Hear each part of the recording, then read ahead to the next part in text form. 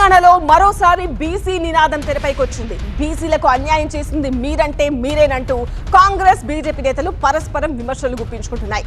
BJP BC వ్యతిరేక party అని మంత్రి పొన్నం ప్రభాకర్ ఆరోపిస్తే, కాంగ్రెస్ పార్టీ అధికారంలో ఉన్న రాష్ట్రాల్లో ఒక్క బీసీనైనా ముఖ్యమంత్రి పదవిని ఇచ్చారా అని బీజేపీ నేతలు ప్రశ్నించారు.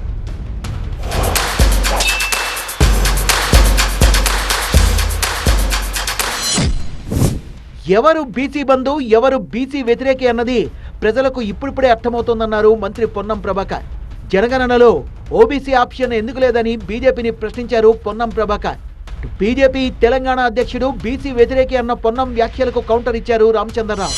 తెలంగాణ భారతీయ జనతా పార్టీ అధ్యక్షుడు రామచంద్రరావు గారు బేసిక్ గా నిజంగా రిజర్వేషన్లకు వ్యతిరేకం.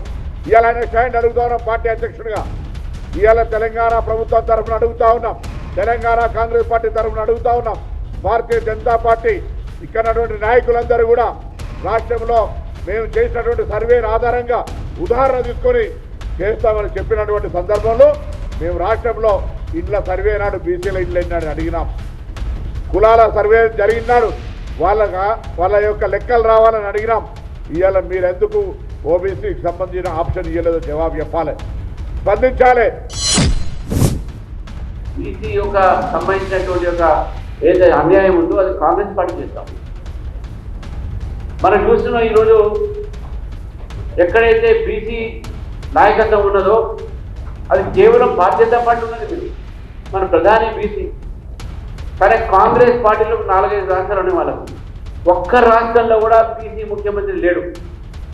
ఒకటే ఒక కర్ణాటకలో ఉంటే అది కూడా తీసేసి వేరే మళ్ళీ నాన్ బీసీకి అని జరిగింది. కాబట్టి ఈరోజు ఒక్క బీసీ సీఎం కూడా లేని ఒక కాంగ్రెస్ పార్టీ వాళ్ళు మనని అంటారు. కాంగ్రెస్ వల్లే బీసీల సీట్లలో ముస్లింలు పోటీ చేస్తున్నారన్నారు రామచంద్రరావు. మన హైదరాబాద్ నగరంలో చెప్తా ఉన్నాను నేను, చాలా బీసీ స్థానాల్లో ఈరోజు ఎంఐఎం గెలుస్తా ఉంది. గతంలో లేదు, అది గతంలో లేదు.